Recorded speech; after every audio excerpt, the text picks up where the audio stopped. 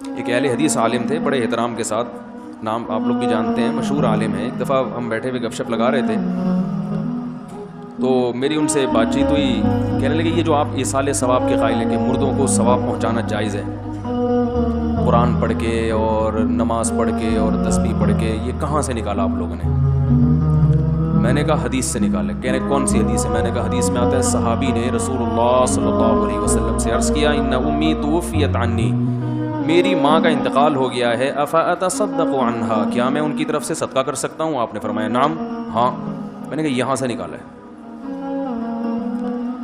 کہنے لگے بھائی حدیث میں صدقے کا ذکر ہے, قرآن پڑھنے کا تذکرہ, یہ فاتحہ پڑھنا, قل اللہ 3 دفعہ پڑھنا, یہ تو کہیں بھی نہیں ہے. تو جتنی بات حدیث میں ذکر ہوگی ہم اس کو لیں گے. اپنی طرف سے جو اضافہ کرو گے وہ کیا ہوگی؟ بدعت. یہ تو اخبل اسلام ہو گیا نا. یہ تو اخبل طریقے سے آپ نے, اخبل تک لفظ انہوں نے نہیں کہا, میں کہہ رہا ہوں بھائی جس چیز کا نبی نے کہہ دیا اس کو مانو, جس کا نبی نے نہیں کہا اس کو نہیں مانو. تو آپ کیوں فقہ حنفی کی اندھی تقلید کر رہے ہو؟ مجھے کہنے لگے, بے تکلف ہیں, دوست ہیں, آپ کیوں فقہ حنفی کی اندھی؟ یعنی ان کا کہنے کا مقصد تو یہی تھا نا کہ آپ قرآن و سنت کو چھوڑ کر کس کے پیچھے چل رہے ہو؟ امام حنیفہ کے پیچھے چل رہے ہو. میں نے کہا امام حنیفہ, ان سے نہیں کہا, آپ سے کہہ رہا ہوں کہ امام ابو حنیفہ کے پیچھے کوئی قرآن و سنت کو چھوڑ کے نہیں چلتا. امام حنیفہ اگر قرآن و سنت پہ چل رہے تھے تو ان کے پیچھے چلنے والا قرآن و سنت کو چھوڑنے والا کہلائے گا ہی نہیں. یہ عجیب بات ہے, ایک بس حیدرآباد جا رہی ہے, آپ کو 100% یقین ہے حیدرآباد جا رہی ہے, اب آپ اس بس کے پیچھے پیچھے چل رہے ہیں. کوئی تانا دے رہا ہے کہ حیدرآباد کا راستہ چھوڑ کر آپ اس بس کے پیچھے کیوں چل رہے ہو؟ تو بھائی اس لیے چل رہے ہیں کہ حیدرآباد کے راستے پہ چل رہی ہے. کیا ہو گیا بھائی؟ اتنی بھی سینس نہیں ہے یار, کیسی باتیں کرتے ہو؟ جب آپ مانتے ہو کہ یہ بس حیدرآباد جا رہی ہے تو پھر اس کے پیچھے چلنے والا حیدرآباد کے راستے کو چھوڑ کر پیچھے چلنے والا نہیں کہلائے گا, بلکہ عین حیدرآباد کے راستے ہی پر چلنے والا کہلائے گا وہ. اور یہ عمل اندھی تقلید نہیں کہلائے گا. ہاں وہ بس کوئٹہ جا رہی ہے اور آپ حیدرآباد جا رہے ہو, نیت حیدرآباد جانے کی اور بس کے پیچھے چل رہے ہو, پھر ہم کہیں گے حیدرآباد کا راستہ چھوڑ کر اس بس کے پیچھے کیوں چل رہے ہو. جیسے مشرکین حق کا راستہ چھوڑ کر اپنے باپ دادا کے پیچھے چلا کرتے تھے, ان کو قرآن نے اندھی تقلید کہا ہے. تو میں نے ان سے عرض کیا, میں نے کہا بھائی مولانا صاحب قابل احترام ہے, طنز کرنا مقصد نہیں ہے. قرآن و سنت کا اصول یہ ہے کہ قرآن جزیات کے ضمن میں کلیات بیان کرتا ہے. صدقے کا تذکرہ کا مطلب یہ نہیں کہ صرف صدقہ جائز ہے. صدقہ اس لیے جائز ہے کہ وہ ایک نیکی ہے, تو جو عمل بھی نیکی ہوگا اس کا ثواب پہنچانا جائز ہوگا. علت نیکی ہونا ہے.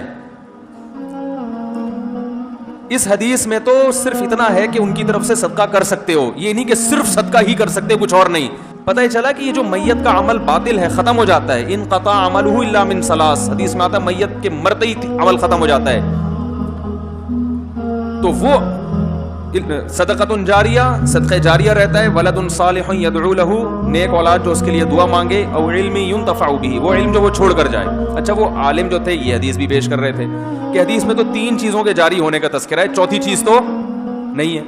میں نے کہا کون سی 3 چیزیں؟ کہہ رہے ہیں صدقہ جاریہ جو میت نے خود کی ہو, علم جو میت چھوڑ کر گئی ہو, اور تیسری چیز ولد صالح یدعو لہ, نیک اولاد جو دعا مانگے.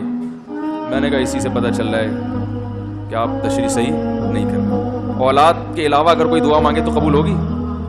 اس میں تو اولاد کا ہے, اور اولاد کے ساتھ بھی صالح کی قید ہے, نیک. پتہ چلا گٹکے والا بچہ اگر دعا مانگے گا تو وہ قبول نہیں ہوگی کیا؟ ہمارا تو یہ عقیدہ ہے کہ فاسق اولاد بھی دعا مانگے تو ماں باپ کو بہرحال فائدہ ہوگا. دعا تو مومن کی فائدہ ہی پہنچاتی ہے نا. تو بھائی یہ ساری قیدیں اتفاقی ہیں کہ اکثر لوگ یہی 3 چیزیں چھوڑ کے جاتے ہیں. یہ مطلب نہیں ہے کہ چوتھی کوئی چیز نہیں ہو سکتی, بہت ساری چیزیں جو اس معنی کی ہوں. اب ایک آدمی اگر علم چھوڑ کر گیا ہے تو علم چھوڑنے کی ایک صورت یہ ہے کہ آپ نے لوگوں کو قرآن سکھایا, حدیث سکھائی, لوگ اس کو فالو کر رہے ہیں. ایک یہ کہ مدرسہ بنا کے چلے گئے آپ, یہ بھی تو علم چھوڑنا ہے کہ نہیں ہے. ایک یہ کہ آپ کے نام پہ کسی نے مدرسے پہ صدقہ کر دیا, صدقہ ہو گیا نا آپ کے نام پر, تو صدقہ بھی ہو گیا, اور اس صدقے کا فائدہ کیا ہے اس مدرسے میں جب تک علم حاصل ہوگا تو وہ علم کا ثواب بھی کس کو ملے گا؟ تو یہ بالواسطہ یہ بھی علم چھوڑا انہوں نے. تو کلیات بیان کیے جاتے ہیں جزیات کے ضمن میں. صدقہ مقصد نہیں ہے, مقصد ہے نیکی, کوئی بھی نیکی ہو. تو تو پھر کہنے لگے پھر ہمیں کسی صحابی سے قرآن خوانی کا ثبوت کیوں نہیں ملتا, کسی صحابی سے فاتحہ پڑھنا سورہ اخلاص پڑھنے کا ثبوت کیوں نہیں ملتا. یہ بھی ایک اشکال کیا جاتا ہے. اس اشکال کا جواب یہ ہے کہ اجتماعی سطح پہ ایصال ثواب صحابہ سے ثابت نہیں ہے. اگر ہوتا تو اجتماعی سطح پہ کیا ہوتا نا تو یقیناً نقل ہوتا, کیونکہ اس کو دیکھنے والے لوگ ہوتے ہیں. انفرادی سطح پہ کیا ہے یا نہیں کیا اس کے بارے میں حدیث خاموش ہے. وجہ اس کی ہے کہ یہ کرنے کے لیے صرف دل کی نیت کافی ہے. آپ دل میں نیت کر لیں کہ اے اللہ اس کا ثواب فلاں کو پہنچے, تو یہ نیت تو ایک مخفی چیز ہے نا. اسی وجہ سے ہم کہتے ہیں اجتماعی قرآن خوانی میت کے لیے جائز نہیں ہے, وہ جائز نہیں, یہ بدعت ہے یا کوئی بھی اجتماعی عمل. لیکن پھر بھی میں ایک بات کہتا ہوں کہ جس کا حدیث میں صراحتاً ذکر ہے, کیونکہ یہ مسئلہ ہے بہرحال اختلافی, بہت سے فقہا صدقے کے علاوہ کسی چیز کے ایصال ثواب کے قائل نہیں ہے, تو افضل یہی ہے کہ صدقے کو فوکس کیا.